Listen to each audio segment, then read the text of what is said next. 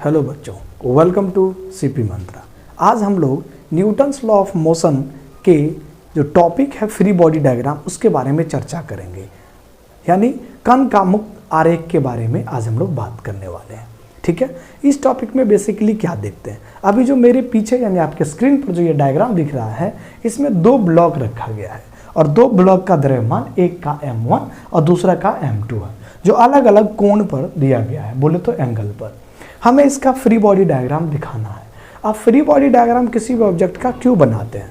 Free body diagram बनाने से हमें उस पर लगने वाले तरह तरह के बल का अनुभव हो जाता है, कौन कौन बल लग रहा है एवं उसका मान हम लोग प्राप्त कर सकते हैं अकॉर्डिंग टू क्वेश्चंस। इसीलिए फ्री बॉडी डायग्राम किसी भी ऑब्जेक्ट का बनाते हैं।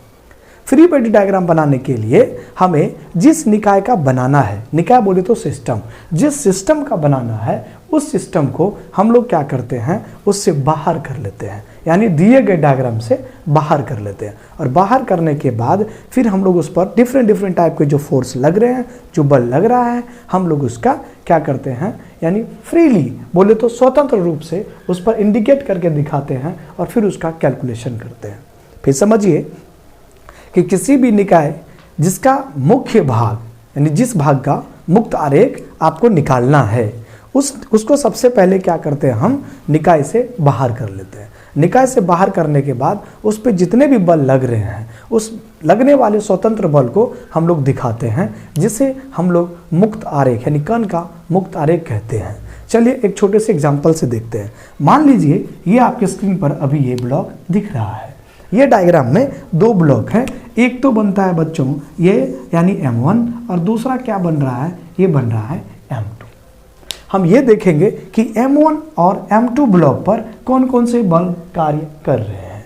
देखिए जैसे ये m1 m2 है, अगर मैं इस पे बात करें कि खिंचाव का, अगर आपको क्वेश्चंस में नहीं दिया है और आपको भार पता चल गया कि m1 लेस देन है m2, इसका मतलब स्वतः पता चलता है कि ये जो ब्लॉक है ये इसके तरफ इसी सतह पर क्या करेगा, ये लुढ़केगा और ये आगे की तरफ जाएगा, यानी ये नीचे की तरफ खींचेगा। तो ये धागा, ये जो रस्सी आपको दिख रही है पुल्ली के साथ, इसको क्या बोलते हैं, पुल्ली। इस पुल्ली से ये क्या करेगा, घूमना स्टार्ट करेगा और घूमते वक्त ये आगे की ओर सरकेगा। तो यहाँ पर त्वरण किधर कार्य करेगा, ऊपर की ओर, और इसमें त्वरण किधर कार्य करेगा, यानी नीचे की ओर। कोई दिक्कत वाली बात नहीं होनी चाहिए। अब मैंने कहा जिस प्रकार से कि फ्री बॉडी डायग्राम बनाते क्यों हैं, एफबीडी क्यों बनाते हैं।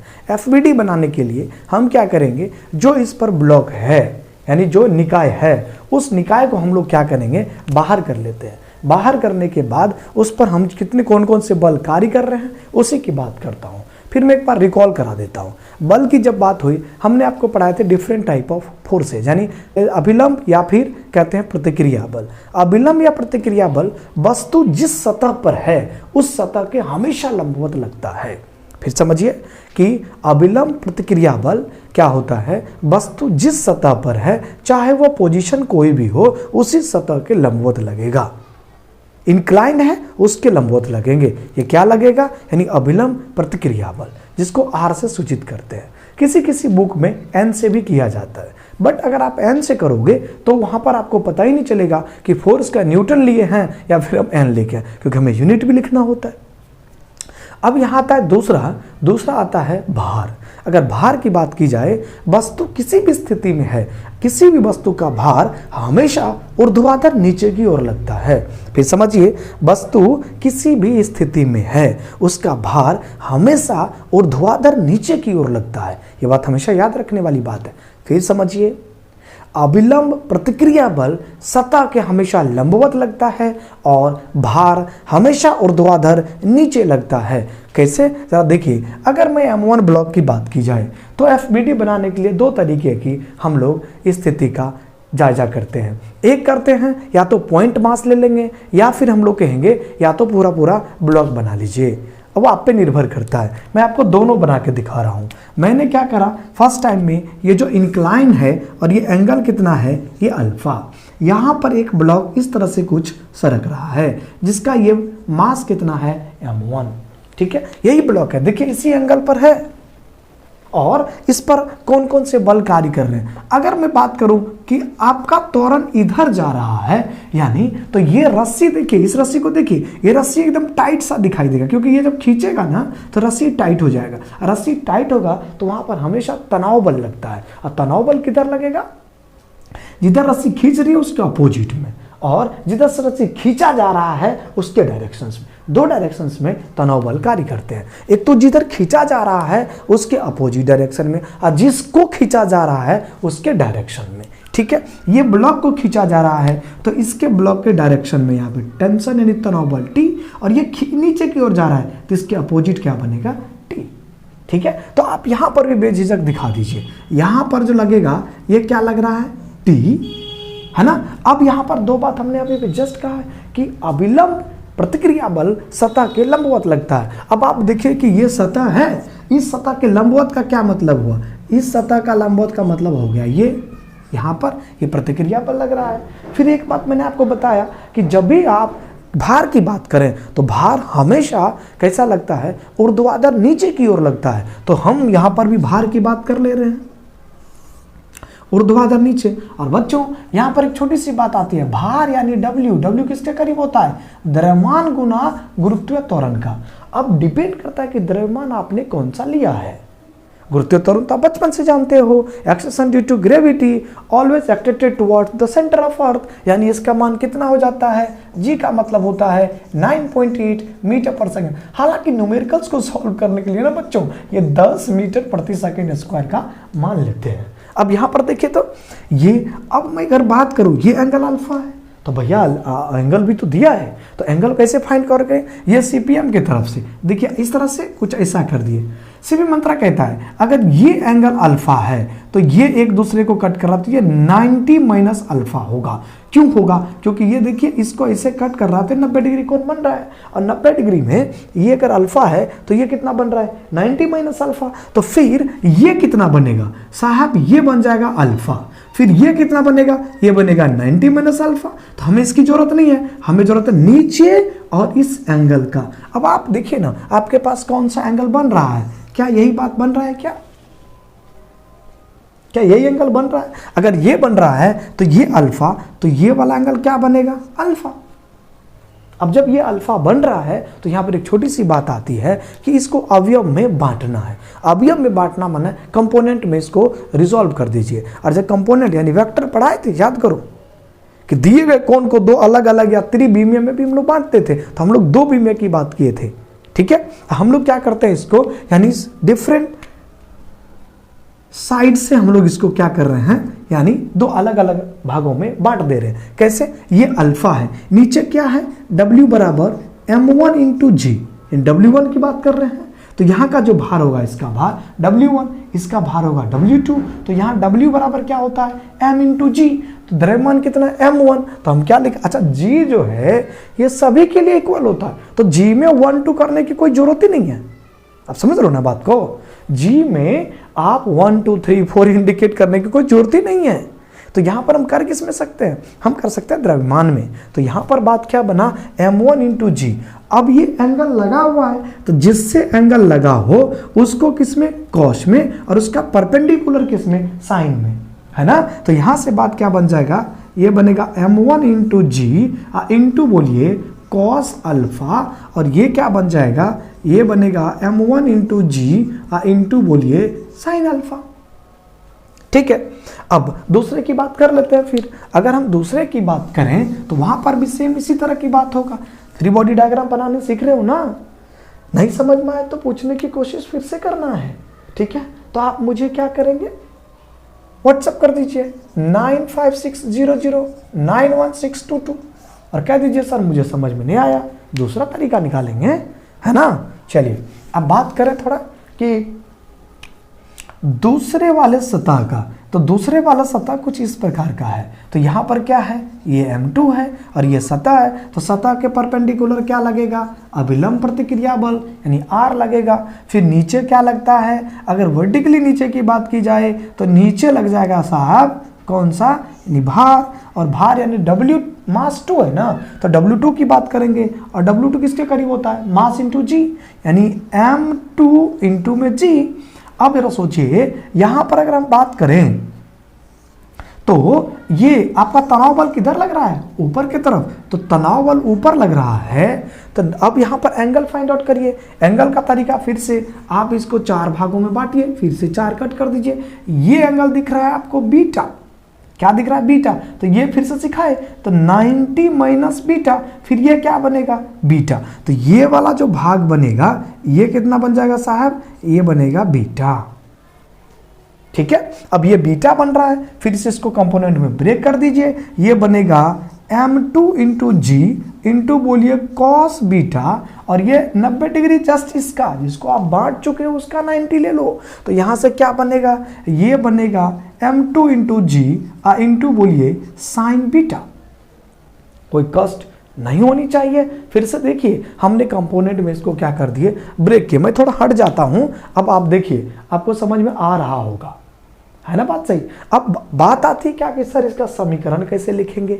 समीकरण लिखने के लिए, क्योंकि ये जो अननोन चीजें दिखाई दे रहा है ना, इसी का मान निकालना होता है इस चैप्टर के अंतर और इस टॉपिक के अंतर्गत। ठीक है, तो कैसे निकालेंगे जरा देखिए। समीकरण लिखने के लिए कहा फोर्स जिधर लगे, फिर समझिए, फोर्स जिधर लगे उसमें से क्या करिए, आप पीछे वाले को माइनस करिए, नेट फोर्स के करीब लिखिए। फिर समझिए, जिधर फोर्स लग रहा है, जिधर फोर्स लग रहा है उसमें से पीछे वाले को बैलेंस करने के लिए नेट फोर्स के बराबर रखिए। जैसे मान लीजिए यहां पर जो दिख रहा है ए, और यहां पर ए कहां लग रहा है, नीचे की तरफ। और नेट फोर्स की बात की जाए तो अब यहां देखिए, इसका समीकरण अगर लिखना हो, आगे कहां जा रहा है, इस साइड। इस साइड कौन है, टी। तो यहां लिखेंगे टी माइनस पीछे वाला, यानी टी को कौन संतुलित करने की कोशिश करेगा, टी माइनस बोलिए कितना, यानी m1g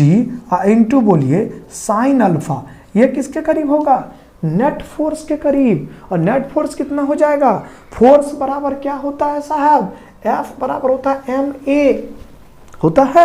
अब किसके लिए बात कर रहे हैं, m1 के लिए बात कर रहे हैं कि m2 के लिए बात कर रहे हैं, जिसके लिए बात करेंगे ये इसका परिवर्तन होता रहेगा। एक्सीलरेशन में कोई परिवर्तन नहीं होगा, एक्सीलरेशन ए का ए दिखाई देगा। क्लियर हो रहा होगा। अब यहां क्या बात करते हैं, इसका समीकरण लिखे तो क्या बनेगा, ये m1 इंटू बोलिए कितना a, इसको इक्वेशन 1 मान लीजिए। अब इसके लिए समीकरण लिखिए, कहां लग रहा है फोर्स, नीचे। कहां लग रहा है, नीचे। m2g sine beta, m2g sine beta minus कौन, आगे वाला, माइनस टी बराबर कितना, नेट फोर्स के करीब। और नेट फोर्स कितना है सर, यानी m2 इंटू बोलिए कितना a। हो गया साहब दूसरा इक्वेशन। अब आपके पास 2 इक्वेशन आ चुका है, जरा देखिए दोनों इक्वेशन आ गया है, यानी t minus m1g into sine alpha equals to m1a। दूसरा आता है m2g sine beta minus t equals to m2a। अब अपने पास 2 समीकरण आ गया है, दोनों समीकरण को हम सॉल्व करेंगे। कैसे सॉल्व करेंगे, यानी आप इसको या तो जोड़ सकते हैं या घटा सकते हैं। या तो जोड़ने पर या घटाने पर आपको एक वैल्यू प्राप्त होगा, यानी एक अननोन प्राप्त हो जाएगा, जिसका आप उपयोग करके आप नॉन वैल्यू फाइंड आउट कर सकते हैं। जैसे अगर यहीं पर देखा जाए तो इन दोनों समीकरण को जोड़ें, तो चलिए मैं जोड़ के ही दिखा देता हूं। दोनों समीकरण को अगर जोड़ा जाए तो यहां बनेगा, यानी m2g और इंटू बोलिए कितना, यानी sine beta minus T equals to m2 into a. देखिए यही समीकरण दूसरा था। अब यहां से t से t कैंसल आउट हो गया, आपके पास ये माइनस है, ये प्लस है। हम लिख सकते हैं m2g यानी कितना, sign beta minus m1g into sine alpha. अब ये a कॉमन ले लीजिए, a इंटू बोलिए कितना, m1 प्लस m2, क्योंकि आपने क्या करा था, इसको ऐड किए थे, जोड़े थे साहब। जोड़ने पर यहां से a इक्वल्स टू क्या निकल जाएगा सर, देखिए g और g इसमें भी मिल रहा है, तो g कॉमन कर लीजिए सर, तो बनेगा m2 इंटू बोलिए sign beta minus m1 into sine alpha upon में m1 प्लस m2। सर इसका त्वरण का मान निकल चुका है, ये त्वरण का मान चलिए सर एक क्वेश्चन लिए हम लोग, और क्वेश्चंस कहता है बच्चों एक साइड जो है ये 30 डिग्री पर है और दूसरे साइड 60 डिग्री पर है। 2 ब्लॉक, जैसे अभी फ्री बॉडी डायग्राम बताए थे उसी पर हम लोग ये क्वेश्चंस का नमूना लिए हैं।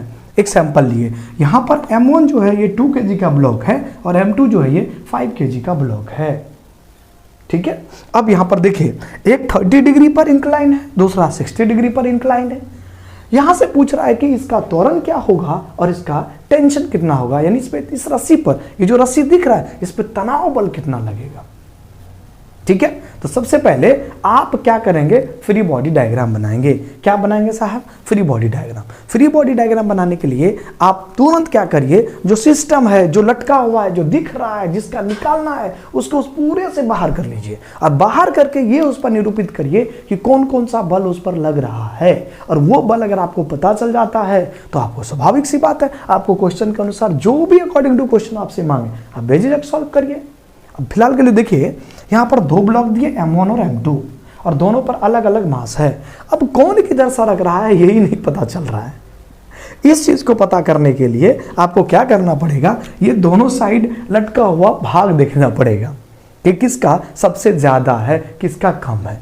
5 kg ब्लॉक ज्यादा है कि 2 kg ब्लॉक ज्यादा है। मान लीजिए M1 ज्यादा है कि M2 ज्यादा है। ये 2 kg है और ये 5 kg है। स्वाभाविक बात है, ये बड़ा है और जब बड़ा होगा तो वो उधर क्या करेगा, उसको सरकाएगा और नीचे की तरफ जब सरकाएगा तो साइड वाला क्या करेगा, ऊपर उठेगा। जैसे कुआं वगैरह देखे हो ना, पानी वानी निकालते वक्त आप रस्सी को ऐसे खींचते हो तो ये बाल्टी धीरे धीरे धीरे ऊपर जाता है और जैसे रस्सी छोड़ते हो तो बाल्टी कहाँ जाता है, क्योंकि जब पानी भरा होता है बाल्टी में तब आप उसको खींचना पड़ता है और जब उसको खींचोगे तब ये बाल्टी ऊपर जाएगा। और जब ये बाल्टी खाली होता है तो उस समय देखिए क्या होता है, नॉर्मली जब नीचे की तरफ गिर रहा होता है तो रस्सी को अपने आप लेके, कुछ तो ऐसा भी होता है रस्सी को लेके कूद जाता है कुआं में कूदना नहीं है। फिर यहाँ पर क्या कर सकते हैं, इसको कट कर दीजिए और इसको भी कट करिए। सर आप इसको बाहर करिए, बाहर करिएगा। हम इसको क्या कर दिए, हम पॉइंट ऑब्जेक्ट ले लिए। क्या ले लिए, पॉइंट ऑब्जेक्ट। M2 की बात कर रहे हैं हम, तो पॉइंट ऑब्जेक्ट की बात करते हैं, यानी किसके लिए है ये,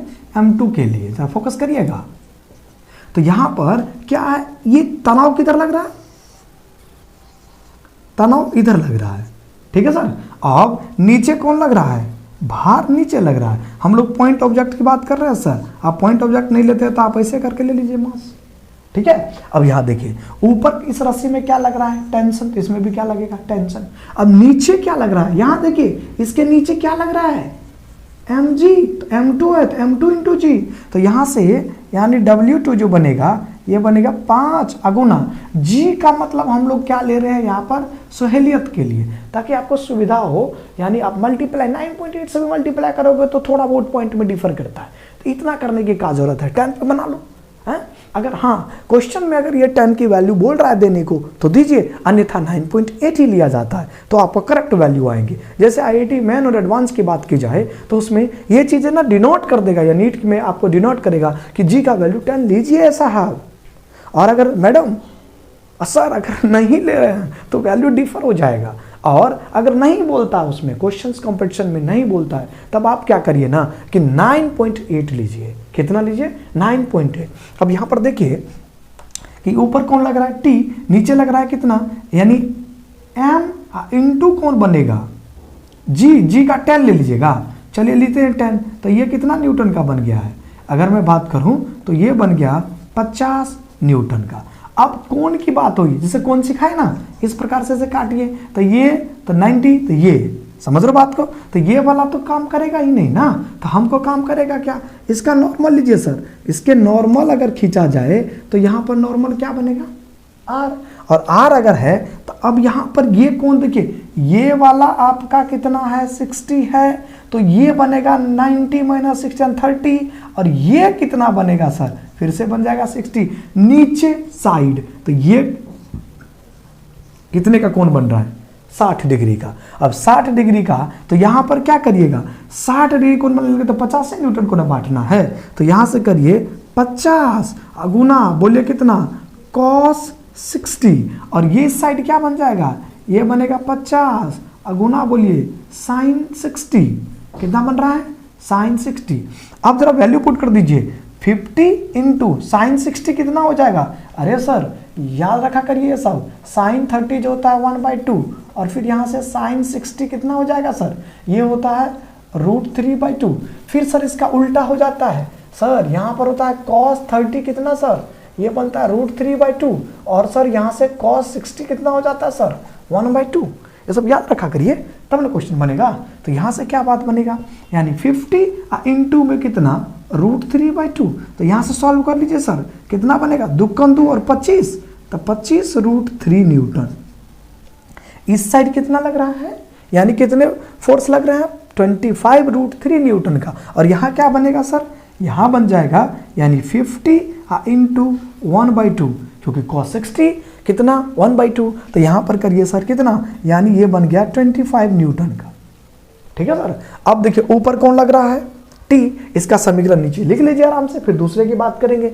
समीकरण ये कहाँ जा रहा है, नीचे की तरफ, मास ज्यादा है नीचे जाएगा, ये कहाँ जाएगा ऊपर। फिर समझिए, इसका द्रव्यमान ज्यादा है ये नीचे आएगा, इसका द्रव्यमान कम है इसीलिए इसको लुढ़का के ले जाएगा, है ना। जैसे देखते हो ना ट्रक वरक वाले, अब ट्रक कोई चल रहा है मान लो और उस पर छोटे बच्चे ने से लटकने की कोशिश करता है, तो पीछे लिखा रहता है लटकला तो गल्ला बेटा। तो वही बात है, इसमें ना यहाँ पर मास ज़्यादा है, ट्रक के पास मास ज़्यादा तो खींचेगा ना जी, हाँ। तो वही बात है, लटकला था गल्ला बेटा। तो फिर यहाँ पर 5 kg का ब्लॉक है और यहाँ पर क्या है 2 kg का, तो सरकाएगा किसको, तो पुल्ली तो फ्रिक्शन लेस है ना। जब पुल्ली फ्रिक्शन लेस है तो ये तो बड़ा सॉफ्ट साइड में घूमेगा जी, और घूमेगा तो ये इसको कहाँ नीचे लुढ़काएगा, तो ये कहाँ जाएगा ऊपर की तरफ। तो यहाँ पे हम कह सकते हैं कि नीचे वाला, नीचे में कौन है भैया, देखिए यानी 25 √3 माइनस ऊपर वाला कौन है T इक्वल्स टू कितना नेट फोर्स। नेट फोर्स के लिए क्या होता है, अरे परिणामी बल की बात की जाए कुल बल का, तो F बराबर क्या होगा ma। तो यहाँ 1 लगाओगे तो m1 इंटू ए, तो यहाँ पर कितना है m, कितना है, यानी m का जो मान है सर ये बन रहा है आपको 5 गुना a। समीकरण ये मान लिए। चलिए अब दूसरे के लिए बात करते हैं। अब दूसरे के लिए पॉइंट ऑब्जेक्ट ले लीजिए, लिए सर। अब यहाँ पर देखिए कौन कौन बल लग रहा है, ऊपर कौन लग रहा है, इधर इस दूसरे के लिए बात कर रहे हैं, इसके लिए बात कर रहे हैं बच्चों। तो आगे कौन लग रहा है टेंशन, और यहाँ पर कौन लगेगा नीचे, यह देखो एकदम से धरती खींचेगा इसको, कितने से खींचेगा, ये खींचेगा mg से, यानी किससे mg से। तो m1 कितना है 2, और यहाँ से आपने बचपन से ही सीखा है कि g का मान हम लोग दिया हुआ क्वेश्चन में 10 है तो हम लोग 10 पुट करेंगे। तो यहाँ हो गया 10, यानी W1 बराबर कितना न्यूटन का हो गया 20 न्यूटन का। कष्ट वाली बात नहीं होना चाहिए। अब ये एंगल 30 का है, तो देखिए तो ये वाला एंगल 30 का, इसको कटिंग करिए, तो ये एंगल 30, तो 90 - 30, तो ये क्या बनेगा 30। यानी अगर इसको प्रतिक्रिया बल के तरफ खींच दिया जाए तो ये कितना का कोण बनता है 30 का, 30 का बनेगा बे। तो यहाँ पर क्या बात बनेगा, ये 20 बन गया 20, और ये सोचिए तो ये क्या बनेगा 20 इंटू जिससे थीटा लगा उसको किस में कॉस में, अरे बकलो जिससे थीटा लगा है उसको कॉस में और उसी का परपेंडिकुलर साइन में। तो यहाँ बनेगा 20 इंटू बोलिए कितना कॉस 30 डिग्री, और इसका परपेंडिकुलर यानी 20 इंटू साइन कितना डिग्री 30 डिग्री। कष्ट नहीं होना चाहिए, ठीक है। अब ऊपर क्या है बच्चों, देखिए ऊपर क्या लग रहा है, सतह तो यही है ना, सतह के ऊपर क्या लगेगा प्रतिक्रिया बल, तो यहाँ पर क्या लगेगा प्रतिक्रिया बल। अब देखिए एक दूसरे को कौन बैलेंस कर रहा है, कुछ ज्यादा थोड़ी ना करना होता है।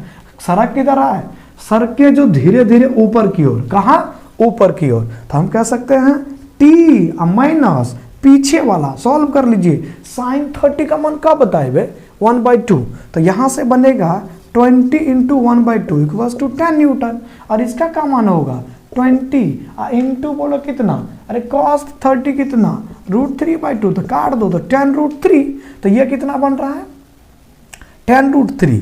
तो यहाँ से आगे वाला T माइनस पीछे वाला, पीछे कौन है 10 इक्वल्स टू कितना बन जाएगा, ये बनेगा 2 इंटू ए के करीब। इसको समीकरण 1 मान ले, क्या मान लिया। अब देखिए अपने पास दो समीकरण आ गया है, यानी एक समीकरण ए और एक समीकरण ए, है ना जी।